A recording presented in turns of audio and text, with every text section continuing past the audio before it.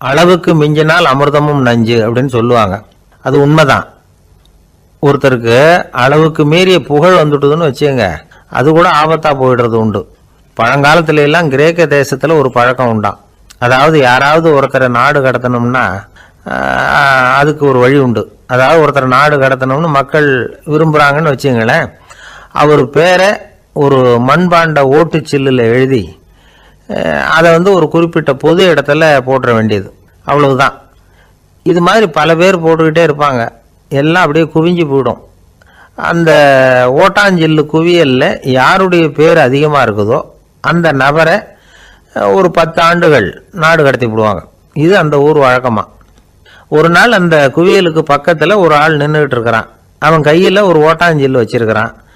அதில் யாரோட பேரையோ எழுதணும், எழுதி அந்த இடத்துல போடணுங்கிறது அவன் ஆசை.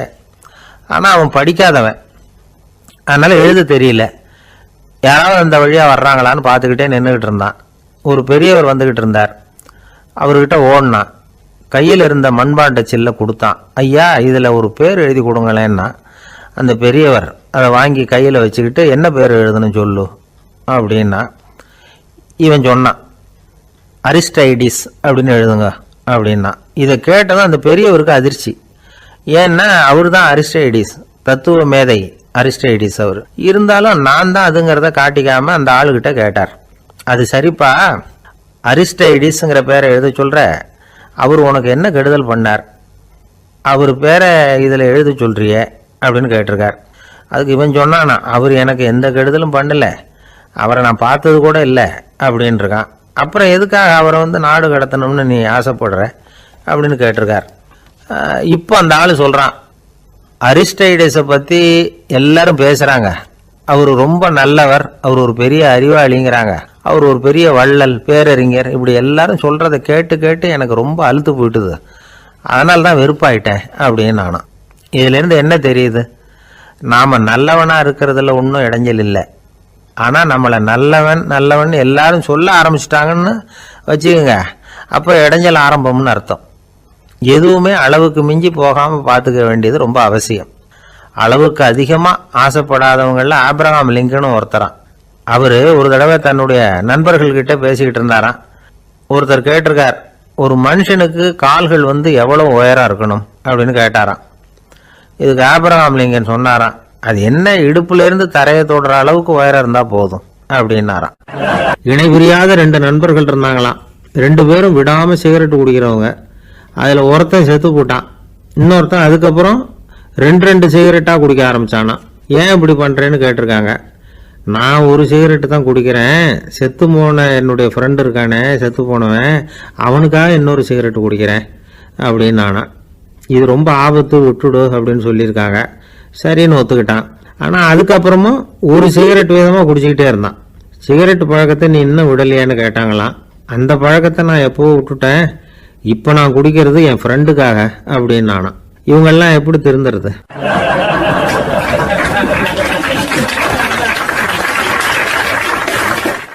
காசி மாநகரத்தை பிரம்மதத்தன் அப்படிங்கிற ராஜா ஆட்சி பண்ணிட்டு வந்தார். அவர் ஒவ்வொரு வருஷமும் ஒரு திருவிழா நடத்துறது வழக்கம். எல்லா தேசத்திலிருந்தும் எல்லா வகையான ஜனங்களும் அதில் கலந்துக்குவாங்க. ஒரு சமயம் அது மாதிரி விழா நடந்துக்கிட்டு இருந்தது. வைகுண்டத்திலிருந்து தேவலோகத்திலிருந்து நிறைய தேவகுமாரர்கள்லாம் காசி நகருக்கு அப்போது வந்திருந்தாங்க. அதில் முக்கியமாக ஒரு 4 தேவகுமாரர்கள். அந்த 4 பேரையும் சுற்றி ஏகப்பட்ட கூட்டம். அப்படி என்ன விசேஷம் அவங்கக்கிட்ட அப்படின்னா, மற்றவங்களை விட அவங்க முகம் அழகாக இருந்ததா அப்படி பார்த்தா அப்படியும் இல்லை. அவங்க அணிஞ்சிருந்த மலர் மாலைகள் தான் அதுக்கு காரணமாக. அந்த மலர்கள்லேருந்து அப்படி ஒரு அபூர்வமான நறுமணம். இதுக்கு முன்னாடி இப்படி ஒரு நறுமணத்தை அந்த ஊர் ஜனங்க அனுபவிச்சதே இல்லை. அதுதான் அந்த 4 பேரையும் சுற்றி கூட்டம். எல்லாரும் கேள்வி கேட்க ஆரம்பித்தாங்க. உடனே அந்த 4 தேவகுமாரர்களும் எல்லாருக்கும் தெரியும்படியாக வானத்தில் எழும்பி கொஞ்சம் உயரமாக நின்றுக்கிட்டாங்க. கீழே நின்றுக்கிட்டு இருந்த அரசன்லேருந்து ஆண்டி வரைக்கும் ஒருத்தர் பாக்கி இல்லாமல் ஒரே குரலில் எல்லாரும் அவங்கள பார்த்து, எங்களுக்கும் இது மாதிரி மாலையை போட்டுக்கணும்னு ஆசையாக இருக்குது, அதுக்கு நீங்கள் தான் அருள் பண்ணணும் அப்படின்னு கேட்டுக்கிட்டாங்க. மாலை போட்டுக்கிறதுனா எல்லாருக்கும் ஆசையாக தானே இருக்கும். அந்த 4 தேவகுமாரர்களில் ஒருத்தர் புத்தர் பிரான். அவர் சொன்னார், பூலோகவாசிகளே, நான் சொல்கிறத கொஞ்சம் பொறுமையாக கேளுங்க. கக்காரு அப்படிங்கிற கற்பக விருஷத்தின் மலர்களால் தொடுக்கப்பட்டது இந்த மாலை. இதுக்கு நிறைய சக்தி உண்டு. எந்த காலமும் இது வாடாது, வாசனையும் குறையாது. ஆனால் இதை அணிந்து கொள்றதுக்கு சில தகுதிகள் தேவை அப்படின்னார். என்ன தகுதி அது சொல்லுங்களேன் அப்படின்னு ஏக காலத்தில் எல்லாரும் சத்தம் போட்டாங்க. தீய இயல்புகள் உள்ளவங்க, இழிந்த சிந்தனை, இழிந்த செயல் உள்ளவங்க இந்த மாலையை அணிய முடியாது அப்படின்னார். அவ்வளோதான். கூட்டத்தில் சத்தம் போட்டவங்கள்லாம் மெதுவாக அப்படி அடங்க ஆரம்பிச்சிட்டாங்க. இன்னொரு தேவகுமாரன் சொன்னார், அடுத்தவங்க பொருளை அபகரிக்காதவன், அடுத்தவங்களுக்கு கெடுதல் பண்ணக்கூடிய பொய் பேசாதவன், பேராசையினால் கெட்ட வழியில் பொருள் ஈட்ட நினைக்காதவன் இந்த மாலையை போட்டுக்கலாம் அப்படின்னார். கூட்டத்திலிருந்து யாரும் முன்னுக்கு வரல. ஒரே ஒரு ராஜகுரு மட்டும் கொஞ்சம் முன்னாடி வந்தார். பெரியவர், படித்தவர் அவர். எனக்கு தகுதி இருக்குது அந்த மாலையை போட்டுக்கிறதுக்கு அப்படின்னார். வேற ஒன்றும் இல்லை, பொய் சொல்லியாவது அந்த மாலையை வாங்கிக்குவோமே அப்படின்னு முடிவு பண்ணிட்டார் அவர். அவ்வளோதான், மாலையை வாங்கிட்டார். அடுத்த தேவகுமாரன் பேசினார்.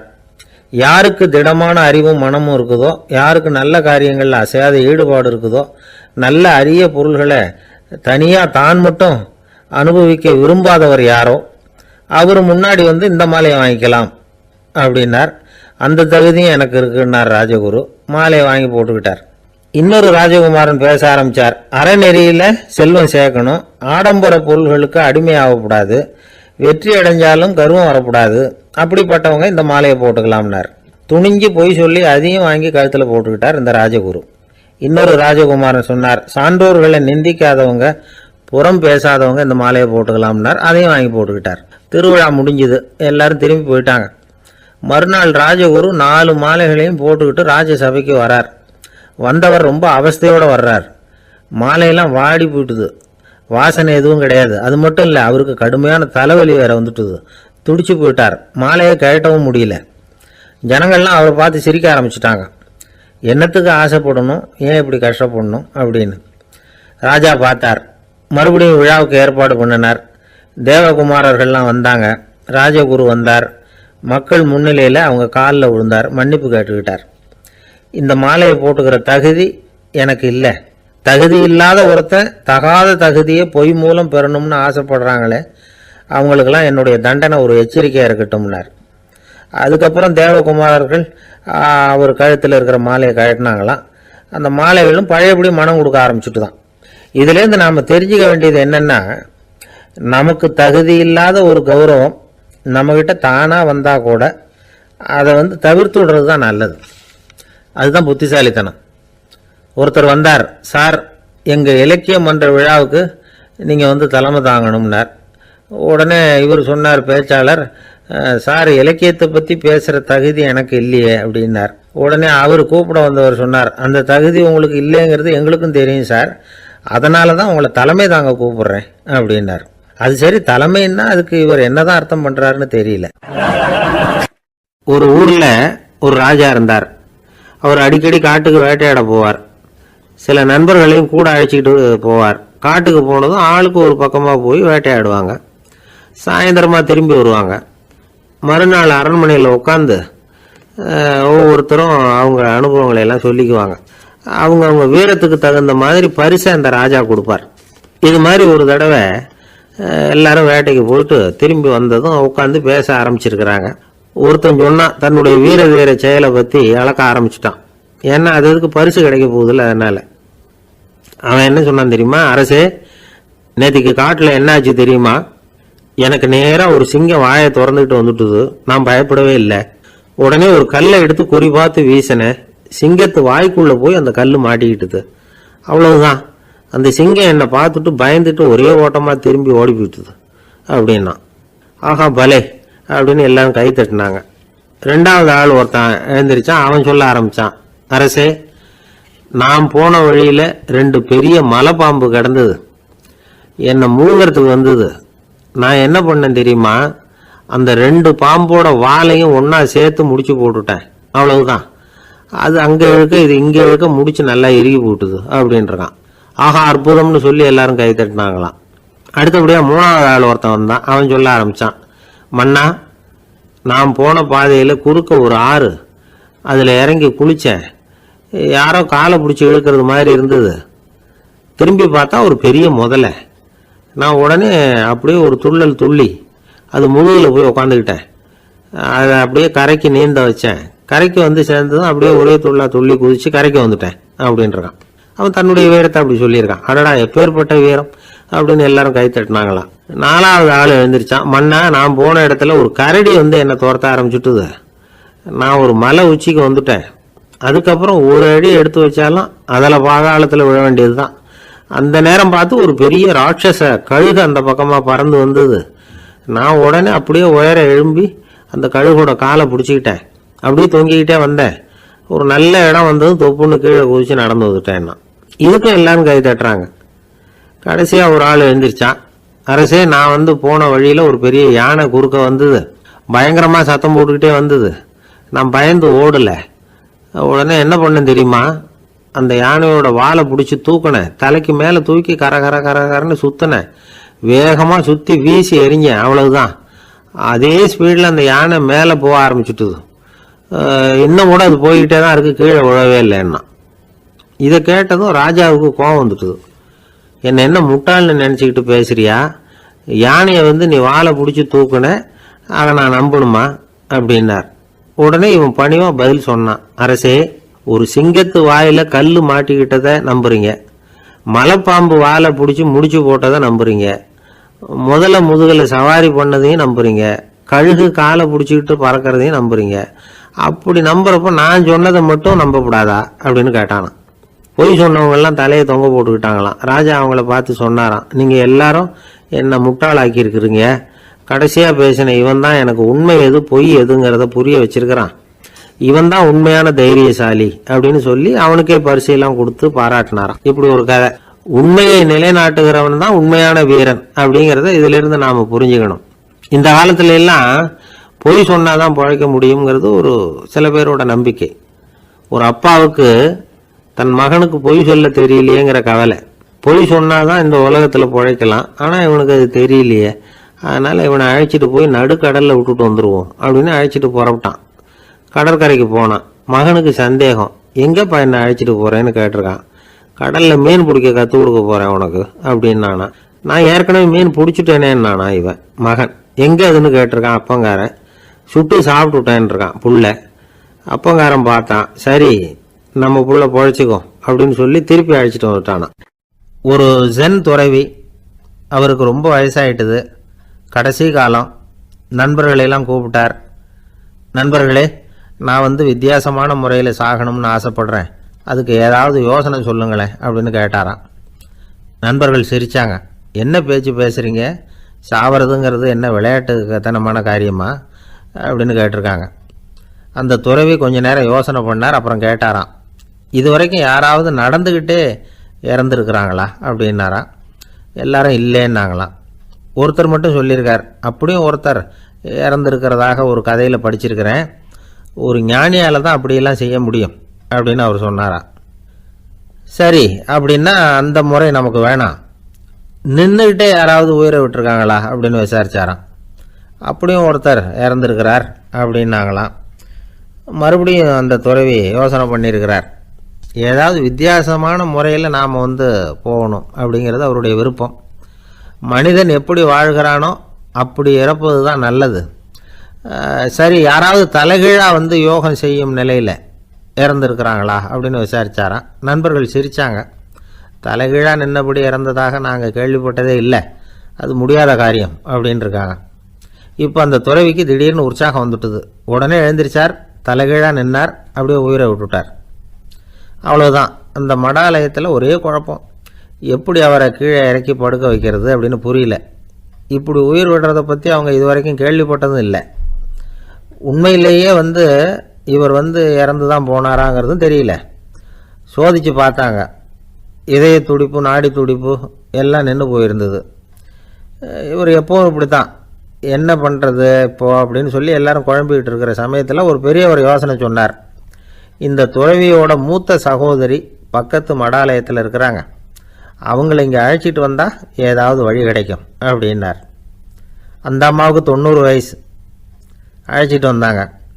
ஒரு குச்சியை ஊன்றிக்கிட்டு அப்படியே மெதுவாக நடந்து வந்தாங்க. வந்து, தம்பி, தலைகீழாக நின்று உயிர் விட்டு இறக்கிறத பார்த்தாங்க. தம்பின்னு கூப்பிட்டு பார்த்தாங்க, ஒன்றும் காணோம். உடனே என்ன பண்ணாங்க, தன்னுடைய கைத்தடியால் தம்பியோட உடலை ஒரு தட்டு தட்டினாங்க. ஏப்பா, சாகிறப்பவும் உன்னுடைய குறும்புத்தனத்தை விடலையா? இப்படியாடா சாகிறது? ஒழுங்காக செத்து தொலை அப்படின்னாங்களாம். அவ்வளவுதான். உடனே அந்த துறவி திரும்பி நேராக நின்னார். அக்கா, கோவப்படாத, நான் ஒழுங்காக சாகிறேன், எப்படி செத்தா என்ன, எல்லாம் எனக்கு ஒன்று தான் அப்படின்னு சொல்லிவிட்டு அப்படியே தரையில் படுத்து உயிரை விட்டாராம். அதுக்கப்புறம் அந்த அம்மா கோலை வந்து கையில் எடுத்துக்கிட்டு அப்படியே திரும்பி கூட பார்க்காம அவங்க பாட்டுக்கு போயிட்டாங்களாம். மரணத்தை ஒரு விளையாட்டாக ஆக்கிய அந்த துறவிக்கு வாழ்க்கையே ஒரு விளையாட்டாக தான் இருந்திருக்குது. எந்த நோக்கமும் இல்லாமல் செயல்படுறதுன்னா என்னங்கிறதும் அவருக்கு தெரிஞ்சிருக்குது. பயனை எதிர்பார்க்காம பணி செய்து வாழ்ந்து மறைந்த மகான் அவர். தம்முடைய தொழிலை வந்து விளையாட்டு போல செய்ய தெரிஞ்சவருக்கு வாழ்க்கையே ஒரு விளையாட்டாக மாறிடும். எல்லாமே விளையாட்டாகி விடுகிற போது மரணமும் விளையாட்டாகிவிடும் அப்படிங்கிறது தான் அந்த தத்துவம். ஆனால் அதுக்கு முன்னாடி உங்களுக்குள்ளே இருக்கிற உண்மையான நடிகனை வந்து நீங்கள் அடையாளம் கண்டுபிடிக்கணும். நீங்கள் நடிக்க வேண்டியதே இல்லை, நீங்கள் ஏற்கனவே நடிச்சுக்கிட்டு தான் இருக்கிறீங்க. நீங்கள் இந்த உண்மையை தெரிஞ்சுக்கணும், அவ்வளவுதான். இதுதான் ஞானிகளுடைய கருத்து. வாழ்க்கையை சரியாக புரிஞ்சுக்கிட்டால் எல்லாமே நடிப்புங்கிறது புரியும்.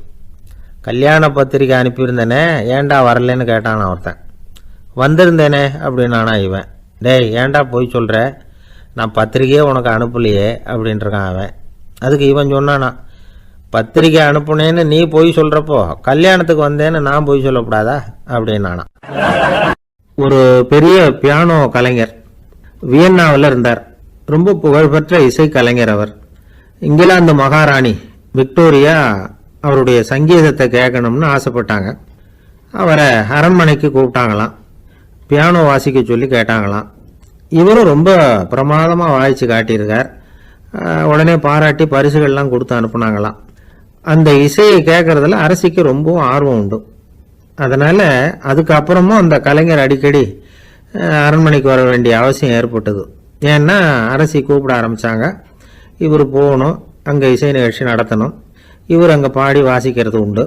ஒரு தடவை வந்து மகாராணி அவரை பார்த்து, உங்கள் நாட்டு தேசிய கீதம் பாடுங்களேன் அப்படின்னு கேட்டாங்களாம். உடனே அவர் தன்னுடைய நாடான ஆஸ்திரியாவின் தேசிய கீதத்தை பாடியிருக்கிறார். அவர் பாட ஆரம்பித்த உடனே மகாராணி எழுந்திரிச்சு நின்னாங்களாம். அதுக்கு மரியாதை செலுத்துகிற நோக்கத்தோட பாட்டு முடிகிற வரைக்கும் அப்படியே நின்றுக்கிட்டு இருந்தாங்களாம். இதுதான் அந்த அரசியினுடைய பெருந்தன்மை. அதாவது நாட்டுப்பற்றுங்கிறது அந்த அளவுக்கு அப்படி இருக்கணும். இப்படி ஒரு அரசியே நம்ம நாட்டு தேசிய கீதத்துக்கு எழுந்திரிச்சு நின்று மரியாதை செலுத்துகிறாங்க அப்படிங்கிறத புரிஞ்சுக்கும் பொழுது அந்த முதிய கலைஞரின் மகிழ்ச்சிக்கு அளவே இல்லையாம். அதுக்கப்புறம் அந்த பியானோ கலைஞர் ஒரு நாள் தன்னுடைய நண்பர் ஒருத்தர்கிட்ட பேசிக்கிட்டு இருந்தாராம். அப்போ சொன்னாராம், மகாராணியார் வந்து எனக்கு எவ்வளவோ பரிசுகள்லாம் கொடுத்துருக்குறாங்க. ஒரு தடவை எனக்கு வைரக்கல் பதித்த அணி ஒன்றை கூட பரிசாக கொடுத்தாங்க. ஆனால் அதை விட உயர்ந்த விலை மதிக்க முடியாத அணி என்ன தெரியுமா? நான் என்னுடைய நாட்டு தேசிய கீதத்தை நான் பாடுறப்போ அவங்க எழுந்திரிச்சு நின்று மரியாதை செலுத்தினாங்களே, அதுதான் எனக்கு கிடைச்ச மிகப்பெரிய பரிசு அப்படின்னாராம். எனக்கு தெரிஞ்ச சங்கீத வித்வான் ஒருத்தர் இருக்கார். சமீபத்தில் ஒரு நாள் அவரை பார்த்தேன். எப்படி போயிட்டுருக்கு உங்கள் தொழில் அப்படின்னு கேட்டேன். ரொம்பவும் வித்தியாசமாக போயிட்டுருக்குங்க அப்படின்னார். என்ன சொல்கிறீங்க அப்படின்னேன். முன்னாடியெல்லாம் நான் பாடினா எதிரில் இருக்கிறவங்க தான் எழுந்திரிச்சு போயிட்டு இருந்தாங்க. இப்போ எப்படின்னா நான் பாட ஆரம்பிச்சுட்டா உடனே பக்கவாத்தியக்காரனே எழுந்திரிச்சு போடுறான் அப்படின்னார் ரொம்ப வேதனையோட. ஆரம்ப காலத்தில் ஒரு குரு, அப்போ ஒரு சீடன் இருந்தான். அது வேடிக்கையான குரு, வேடிக்கையான சீடன். ஒரு ஆசிரமம். ஒரு நாள் ஒருத்தன் அவசரமாக அந்த குருவை தேடி வந்திருக்கிறான். என்ன விஷயம்னு விசாரித்தார் குரு. உங்கள் சீடர் என்னை வந்து அடிச்சுட்டார் அப்படின்னு புகார் பண்ணானா அந்த ஆள். குரு சீடனை கூப்பிட்டார். அடிச்சியா இந்த ஆளை அப்படின்னு கேட்டாராம். ஆமான் இருக்கான் சீடன். ஏன் அடிச்சே அப்படின்னு கேட்டாராம். இந்த ஆள் உங்களை பற்றி மட்டமாக பேசிவிட்டான், என்னால் அதை தாங்கிக்க முடியல, அதனால தான் அடிச்சுட்டேன்ருக்கான். அப்படி என்ன பேசினா அப்படின்னு கேட்டாராம். உன்னுடைய குருநாதர் இப்போல்லாம் அர்த்தமில்லாமல் பேச ஆரம்பிச்சுட்டார் அப்படின்னு சொல்லிவிட்டான், அதனால தான் அடிச்சுட்டேன் அப்படின்னு நானா. அதுக்காக அடித்தே அப்படின்னாராம். நான் அதுக்காக அடிக்கலை குருவே, இப்பெல்லாம் நீங்கள் அர்த்தம் இல்லாமல் பேசுகிறதாக அவன் சொல்கிறான். அப்படின்னா இதுவரைக்கும் நீங்கள் அர்த்தத்தோடு பேசினதாகத்தானே அர்த்தம், அது தப்பு தானே, அதனால தான் அடித்தேன் அப்படின்னு நானா. ஒரு பெரியவர் உட்கார்ந்துருக்கிறார். அவரை சுற்றி அவருடைய தோழர்கள் உட்கார்ந்துருக்கிறாங்க. ஏதோ ஒரு முக்கியமான செய்தியை அவர் அவங்களுக்கு சொல்லிகிட்டு இருக்கிறார்.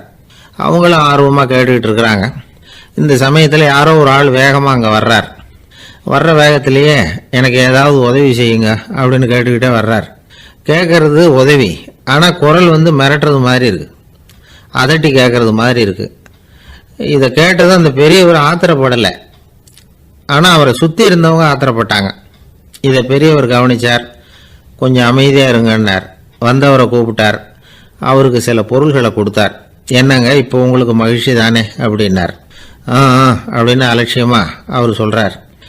நான் உங்களை நல்ல முறையில் நடத்தினேன்னா அப்படின்னு கேட்குறாரு அவர் மறுபடியும்.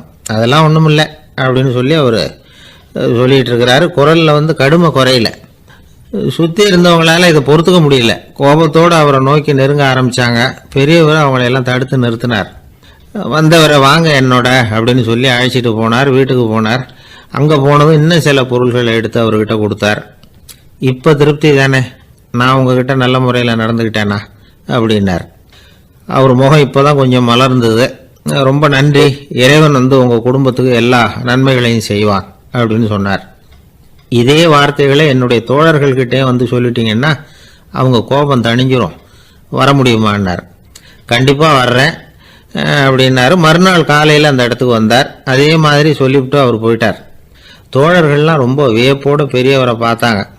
அந்த பெரியவர் தான் நபிகள் நாயகம். அவர் சொன்னார், ஒருத்தன் ரொம்ப ஆசையாக ஒரு ஒட்டகத்தை வளர்த்துக்கிட்டு வந்தான். ஒரு நாள் அந்த ஒட்டகம் கயத்தை அறுத்துக்கிட்டு ஓடி போயிட்டுது. அக்கம் பக்கத்தில் இருக்கிறவங்கெல்லாம் அந்த ஒட்டகத்தை பிடிக்கிறதுக்கு முயற்சி பண்ணாங்க. அதை துரத்திக்கிட்டு ஓடினாங்க. ஒட்டகம் தாறுமாறாக ஓட ஆரம்பிச்சுது. இந்த சமயத்தில் ஒட்டகத்தை வளர்த்தவன் அங்கே ஓடி வந்தான். நீங்கள் அதை ஒன்றும் செய்ய வேணாம், விட்டுருங்க, அதோட சுபாவம் எனக்கு நல்லா தெரியும், அதை சுலபமாக என்னோடய வழிக்கு கொண்டுட்டு வந்துட முடியும், நான் பார்த்துக்கிறேன், விட்டுருங்க அப்படின்னா. எல்லாரும் விலகி போயிட்டாங்க. இவன் என்ன செஞ்சான் தெரியுமா? கொஞ்சம் புல்லை கையில் எடுத்துக்கிட்டு அந்த ஒட்டகத்தை நெருங்கினான். அவ்வளவுதான். அது ஓடி இவன் காலடியில் உட்காந்துக்கிட்டது. செல்லமாக அதை அப்படியே தடவி கொடுத்தான். முதுகில் ஏறி உட்காந்துக்கிட்டான். அது பாட்டுக்கு சாதுவாக நடந்து போகுது. இந்த கதையை நபிகள் நாயகம் தம்முடைய தோழர்களுக்கு சொல்கிறார். ஒட்டகத்தை மட்டும் இல்லை, சில மனிதர்களையும் கூட சில விதத்தில் அணுகிதான் அவர்களை சீர்திருத்த வேண்டியிருக்குது அப்படிங்கிறத அவங்களுக்கு உணர்த்தினார். இது ஒரு அழகான உளவியல் அணுகுமுறை. சில குடும்ப தலைவர்கள் கூட இந்த ஒட்டகம் மாதிரி நடந்துக்கிறது உண்டு, அப்புறம் அடங்கி போகிறதும் உண்டு. ஒரு குடும்ப தலைவர் காலையில் எழுந்திரிச்சதுலேருந்து சத்தம் போட்டு கத்திக்கிட்டு இருப்பார். பக்கத்தில் இருந்தவங்கலாம் ஓடி போய் சமாதானம் பண்ணி பார்த்தாங்க. அவர் ஓயறது மாதிரி தெரியல. கடைசியில் அவர் மனைவி வந்தாங்க. நீங்கள் எல்லாம் விலகி போயிடுங்க, அவர் சுபாவம் எனக்கு தெரியும், நான் பார்த்துக்கிறேன் அப்படின்னாங்க. சரின்னு எல்லாரும் போயிட்டாங்க. சாயந்தரமாக பார்க்குறாங்க, அவர் சத்தம் இல்லாமல் ஒரு மூலையில் உட்காந்துருக்கிறார். ரொம்ப சாதுவா. ஆச்சரியமாக இருந்தது. என்னம்மா பண்ணீங்கன்னு கேட்டாங்க. அது ஒன்றும் இல்லைங்க, ஒரு வேளை சாப்பாட்டை நிறுத்தினேன், பட்னி போட்டேன், அவ்வளவுதான் அப்படின்னாங்க அந்த அம்மா. என்னை விட யோக்கியம் இந்த உலகத்தில் வேற யாரும் இல்லை சார் அப்படின்னார் ஒருத்தர். அவரை விட அயோக்கியன் வேற யாரும் இருக்க முடியாதுங்கிற முடிவுக்கு கேட்டவங்க வந்துட்டாங்களாம். மனுஷனுக்கு இருக்கிற ஒரு மிகப்பெரிய குறையே தன்கிட்ட இருக்கிற குறை அவனுக்கு தெரியாமல் போகிறது தான். ஆனால் அடுத்தவங்கிட்ட இருக்கிற குறை இவனுக்கு தெளிவாக தெரிஞ்சிடும். ஒரு ஒட்டகம் ஒரு கொக்கை பார்த்து ஒரு கேள்வி கேட்டுதான். என்ன கேள்வி தெரியுமா? உன் கழுத்து ஏன் இப்படி வளைஞ்சு போயிருக்குது அப்படின்னு கேட்டிருக்கு. இதுக்கு உடம்பே வளைச்சல். இது போய் கொக்கை கிண்டல் பண்ணுது. இன்னைக்கு மனித சுபாவமும் கிட்டத்தட்ட இப்படித்தான் இருக்குது. இந்த உலகத்தில் குறையில்லாத மனிதர்கள் யாரும் கிடையாது, நாம உள்பட அப்படிங்கிறத முதல்ல நாம் நல்லா புரிஞ்சுக்கணும். ஒரு ஊரில் ஒரு விற்பனை நிலையம் இருந்தது. செல்ல பிராணிகளை விற்பனை செய்கிற நிலையம் அது. நாய், கிளி, பூனை இப்படி நிறைய வச்சு விற்பனை பண்ணிகிட்டு இருக்கிறாங்க. நாய்க்குட்டி விற்பனை செய்கிற பகுதியில் ஒரு சிறுவன் நின்றுக்கிட்டு இருந்தான். விற்பனை செய்கிற ஆளுகிட்ட விலை கேட்டுக்கிட்டு இருந்தான். அதோ இருக்குதே அந்த நாய்க்குட்டி என்ன விலை அப்படின்னு கேட்டானா. 1000 ரூபா அப்படின்னாரான். சரி அது வேணாம், இது என்ன விலைன்னு இருக்கான். 500 ரூபா அப்படின்னாரான். இந்த சின்ன பையன் கையில் வச்சுருந்தது வெறும் 50 ரூபா தான். அதனால் இதை விட குறைச்சலாக கிடைக்குமான்னு பார்த்துருக்கான். அந்த கடையில் ஒரு மூலையில் சரியாக கவனிக்கப்படாமல் ஒரு நாய்க்குட்டி படுத்து கிடந்தது. பாவமாக கத்திக்கிட்டு இருந்தது. அதை பார்த்ததுமே இவனுக்கு அது ரொம்ப பிடிச்சி போச்சு. உடனே அந்த கடைக்காரரை பார்த்து, அதுவும் அந்த மூலையில் படுத்து கிடக்குதே அந்த நாய்க்குட்டி என்ன விலை அப்படின்னு கேட்டிருக்கான். தம்பி, அது ஒரு கால் ஊனம், அதனால் அது உன்னோட குதித்து விளையாடவோ ஓடுறதோ அதால் முடியாத காரியம் அப்படின்ட்டுருக்கார் அவர். அது தெரிஞ்சுதாங்க கேட்குறேன், அதோட விலை என்ன அதை மட்டும் சொல்லுங்களேன் அப்படின்ட்டுருக்கான். தம்பி, இது கால் ஊனம் உள்ள ஒரு நாய். இதை போய் காசு கொடுத்து வாங்கிறதுக்கு யாராவது பிரியப்படுவாங்களா? இதை நான் உனக்கு இலவசமாகவே தர்றேன், எடுத்துகிட்டு போ அப்படின்னாரான். இதை கேட்டதும் அந்த சிறுவனுக்கு கோபம் வந்துட்டு தான். நீங்கள் ஒன்றும் சும்மா கொடுக்க வேணாம், இந்தாங்க 50 ரூபா, இதை வச்சுக்கிட்டு நாய்க்குட்டியை கொடுங்க அப்படின்ட்டுருக்கான். அவருக்கு ஒன்றும் புரியல, ஆச்சரியமாக இருந்தது. சரின்னு பணத்தை வாங்கிட்டு நாய்க்குட்டியை தூக்கி கொடுத்தார். அந்த சிறுவன் அந்த நாய்க்குட்டியை 2 கையாலையும் வாங்கினா, மார்போட பிரியமாக சேர்த்து அணைச்சிக்கிட்டான். தெருவில் இறங்கி நடக்கிறான். அப்படி நடக்கும்பொழுது தான் பார்க்குறார், கடைக்காரர் ஆச்சரியமாக அவனை பார்க்குறார். அப்போ தான் அவருக்கு ஒரு விஷயம் புரியுது. அந்த சிறுவன் தெருவில் நாய்க்குட்டியை மார்போடு அணைச்சிக்கிட்டு விந்தி விந்தி நடந்து போய்கிட்டு இருக்கிறான். ஆமாம், அவனுக்கும் ஒரு கால் ஊனம். இந்த நாய்க்குட்டியை யாருமே வாங்க மாட்டாங்கன்னு நினச்சிக்கிட்டு இருந்தார். குறையுள்ள அதுக்கும் ஒரு எஜமானன் கிடச்சிட்டான். அதனால் ஊனம் ஒரு குறை இல்லை அப்படிங்கிற உண்மையை அந்த கடைக்காரர் புரிஞ்சுக்கிட்டாராம். நம்மால் ஒருத்தர் கொஞ்சம் வயசானவர், எழுந்திரிச்சு சரியாக நடக்க முடியாது, சாய்வு நாற்காலியிலேயே எப்பவும் உட்காந்துருப்பார். அவர் தனக்கு துணையாக ஒரு நாயை பக்கத்தில் வச்சுருந்தார். அதுவும் ரொம்ப வயசான ஒரு நாய், எழுந்திரிக்கவே சிரமப்படும், நடக்கவும் முடியாது. அவர் பக்கத்திலே இதுவும் சோர்ந்து போய் படுத்து கிடக்கும். அந்த பெரியவரை பார்க்க வந்த ஒருத்தர் கேட்டார், ஏங்க, ஒரு சின்ன பையனை உங்களுக்கு துணையாக வச்சுக்கப்படாதா? இந்த நாயை உங்களுக்கு பாதுகாப்பாக வச்சுருக்கிறீங்களே, உங்களுக்கு ஒரு ஆபத்துன்னா இது எப்படி உங்களுக்கு உதவ முடியும் அப்படின்னார். அப்போ அவர் சொன்னாராம், எனக்கு ஒரு ஆபத்துன்னா அந்த சமயத்தில் இந்த நாய் என்னை தனியாக விட்டுட்டு ஓடி போயிடாமல் இருக்கணும்ல, அதுக்காக தான் இதை நான் வச்சுருக்கிறேன் அப்படின்னாராம். ஒரு தடவை நாரதர் ஒரு தெரு வழியாக போய்கிட்டு இருந்தார். வழியில் ஒருத்தர் வேத சாஸ்திரம்லாம் படிச்சுக்கிட்டு உட்காந்துருந்தார். அவர் நாரதரை பார்த்து எங்கே போயிட்டு இருக்கிறீங்கன்னு கேட்டார். கடவுளை பார்த்துட்டு வரலாம்னு போயிட்டு இருக்கிறேன் அப்படின்னார் நாரதர். அப்படின்னா அவர்கிட்ட எனக்கு எப்போ முக்தி கிடைக்கும்னு கேட்டுட்டு வாங்களேன் அப்படின்னார் இவர். சரி, கேட்டு வரேன் அப்படின்னு சொல்லிவிட்டு நாரதர் நடந்தார். கொஞ்சம் தூரத்தில் ஒரு மரத்தடியில் ஒரு தொழிலாளி செருப்பு தைச்சிக்கிட்டு உட்காந்துருந்தார். அந்த ஆளும் அதே மாதிரி கேட்டுக்கிட்டார், எனக்கு எப்போ முக்தி கிடைக்கும்னு கடவுள்கிட்ட கேட்டுக்கிட்டு வாங்களேன்னார். அவர்கிட்டையும் சரின்னு சொல்லிவிட்டு நாரதர் நேராக வைகுண்டத்துக்கு வந்து சேர்ந்தார். கடவுளை பார்த்தார். இவங்க 2 பேரும் சொல்லி அனுப்பின விஷயத்தை பற்றி கேட்டார். அதுக்கு கடவுள் சொன்னார், அந்த செருப்பு தைக்கிற தொழிலாளி உடல் நீத்ததும் உடனே என்னை வந்து அடைவான். ஆனால் அந்த சாஸ்திரம் படித்த ஆள் இப்போதைக்கு என்கிட்ட வந்து சேரமாட்டான். அவன் இன்னமும் பல பிறவிகள் எடுத்து அங்கேயே இருக்க வேண்டியிருக்குது. எப்போ இங்கே வந்து சேருவான்னு எனக்கே தெரியாது அப்படின்னார். நாரதருக்கு இதோட ரகசியம் என்னங்கிறது புரியல. எனக்கு ஒன்றும் புரியலையேன்னாரான் கடவுள்கிட்ட. சீக்கிரம் புரிஞ்சுக்குவேன், நீ திரும்பி போகிறப்போ நான் இங்கே வைகுண்டத்தில் என்ன செஞ்சுக்கிட்டு இருக்கேன்னு கேட்டால், ஒரு ஊசியின் துவாரத்தில் ஒரு யானையை கோத்துக்கிட்டு இருக்கிறேன்னு அவங்கக்கிட்ட சொல்லு அப்படின்னார் கடவுள் சிரிச்சுக்கிட்டே. நாரதர் பூமிக்கு திரும்பினார். கடவுளை பார்த்தீங்களா, எப்படி இருக்கார் அப்படின்னு விசாரித்தார். வேத சாஸ்திரம் படித்தவர். ஓ பகவானா, அவர் யானையை ஊசியின் காதில் நுழைச்சிக்கிட்டு இருக்கிறார் பார்த்தேன்னார் நாரதர். ஊசி காதில் யானையா? அது எப்படி முடியும்? நீங்கள் சொல்கிறத நான் நம்ப மாட்டேன்னு விட்டார் அவர். சரி, இந்த ஆளுக்கு இறைவன் பேரில் நம்பிக்கை இல்லை அப்படிங்கிறத நாரதர் புரிஞ்சுக்கிட்டார். அடுத்தபடியாக அந்த தொழிலாளி இருந்த இடத்துக்கு போனார். இறைவனை பார்த்தீங்களான்னு கேட்டார் அவர். பார்த்தேன், ஒரு ஊசி துவாரத்தில் யானையை கோத்துக்கிட்டு இருந்தார் அப்படின்னு சொல்லிவிட்டு நாரதர் அந்த ஆள் முகத்தை கவனித்தார்.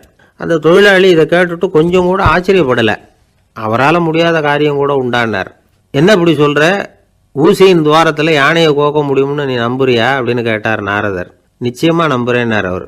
அது எப்படி அப்படின்னு கேட்டார் இவர். இதோ பாருங்க, நான் இந்த ஆலமரத்தடியில் தான் தினமும் உட்காந்துருக்கிறேன். தினமும் இந்த மரத்திலிருந்து எவ்வளவோ பழம் கீழே விழுது. இந்த பழத்தில் இருக்கிற ஒவ்வொரு விதையிலேயும் உள்ள ஒரு ஆலமரம் இருக்குது. ஒரு சின்ன விதைக்குள்ள ஒரு பெரிய ஆலமரம் இருக்க முடியுங்கிறப்ப ஊசி துவாரத்தில் கடவுள் யானையை நுழைய வச்சாருங்கிறத ஒத்துக்கிறதுல என்ன கஷ்டம் இருக்குது அப்படின்னு ரொம்ப சர்வசாதாரணமாக பதில் சொன்னாராம் அந்த தொழிலாளி. நாரதர் யோசனை பண்ணார், இந்த தொழிலாளி வேத சாஸ்திரங்களையெல்லாம் படிக்கலைன்னா கூட அறிவுபூர்வமாக சிந்திச்சு இறைவனை நம்புகிறான். அதனால தான் கடவுள் இந்த ஆளுக்கு சீக்கிரம் முக்தி கிடைக்கும்னு சொன்னார் அப்படிங்கிறத புரிஞ்சுக்கிட்டாராம். இந்த கதையில் வர்ற கடவுள், நாரதர், வைகுண்டம் இதெல்லாம் ஒரு பக்கம் இருக்கட்டும், ஒரு சின்ன விதைக்குள்ள ஒரு பெரிய ஆலமரம் தூங்கிக்கிட்டு இருக்கு அப்படிங்கிற உண்மை, அந்தரத்தில் 1000 கிரகங்கள் சுற்றிக்கிட்டு இருக்குங்கிற உண்மை, இதெல்லாம் நாம் பார்த்துக்கிட்டு தானே இருக்கிறோம். இந்த உண்மைகள் அதிசயமாக நமக்கு தெரியறதுனால அதை நம்பாமல் இருந்துட முடியாது. இயற்கையை பரிபூர்ணமாக நம்புங்கள், அந்த நம்பிக்கையே நம்ம வாழ்க்கைக்கு ஆதாரம் அப்படிங்கிறத விளக்கறதுக்காக தான் இந்த கதை. இந்த காலத்தில் நம்ம பிள்ளைங்களுக்கெல்லாம் இது மாதிரி நம்பிக்கை அதிகமாகவே இருக்குது. ஒரு நாள் ஒரு சின்ன பையன்கிட்ட கேட்டேன், ஏன்பா கடவுள் ஒரு பானைக்குள்ள ஒரு யானையை நுழைய வச்சுட்டாருன்னு சொன்னா அதை நீ நம்ப